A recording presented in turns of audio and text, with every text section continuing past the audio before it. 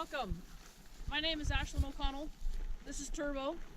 I'm a master's candidate for a master's in environmental science from Western State Colorado University. And today I want to talk to you about the positive effects of ruminants on soils. So we are here. We are just a few miles west of the C. Lazy-R Ranch. All these cattle are owned by the C. Lazy-R Ranch. Now this is a state grazing lease out here. There's about 5,000 acres of it. This is just a small portion of it, obviously. And the C. Lazy-R Ranch leases this from the Department of Natural Resources.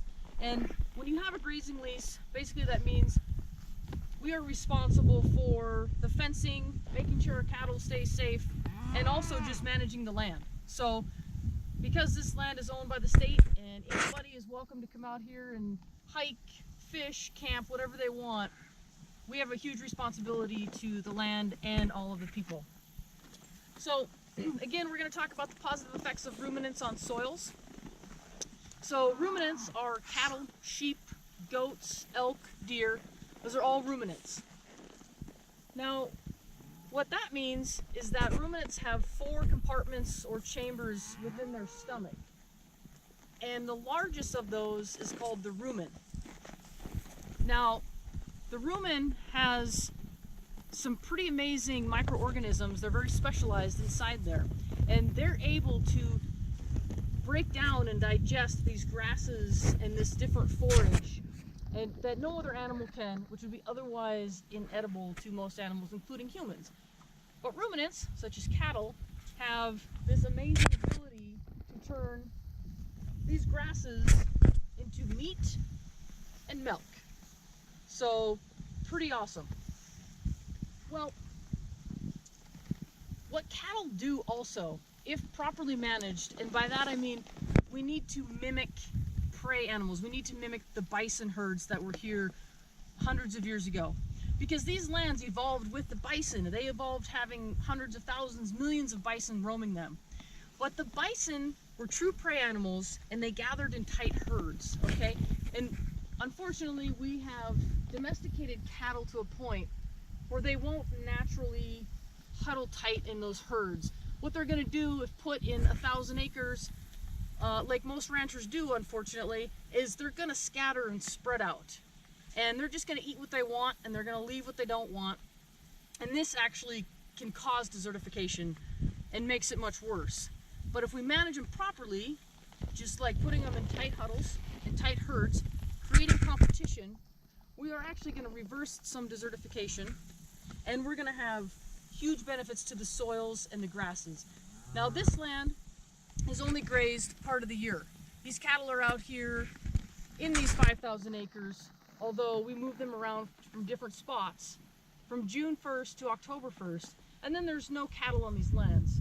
There'll still be ruminants, there'll still be elk, there'll still be deer, but there won't be this type of concentration. Now this isn't irrigated, this isn't hayed, nothing like that, but these grasses and this soil stays extremely healthy because of them. So right now, as you can see, they're eating, so their saliva is getting into the soil. They're urinating, they're defecating.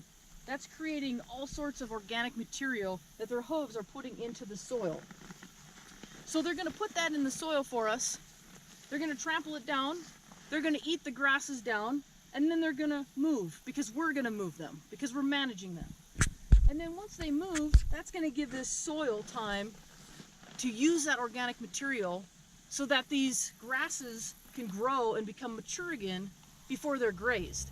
Now this will reverse desertification. What they're also doing is they're keeping the carbon and nitrogen sequestered in the soil, thus reducing greenhouse gases. Now if we look up here at this terrain behind us, we can see that it's pretty steep and there's actually a cow standing up there. Now what else could we do with that land?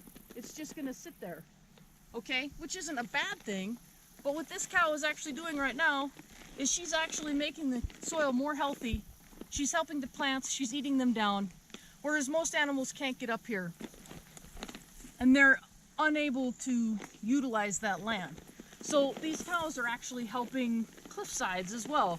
believe it or not, cows can actually climb pretty steep terrain to get to the feed that they want to get to.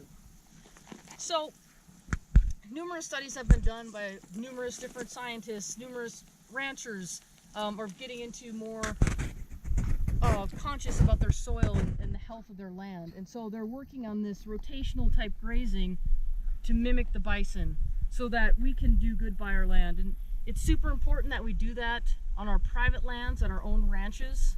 But when we start doing it out here on these state lands, and we're benefiting all of ours, this is for all of us, this is for all the people, then these cows are doing amazing things for all of us. They're not just feeding us, but they're helping our environment. So I appreciate your time. Hope you enjoyed the view, and we're gonna go for a ride. Have a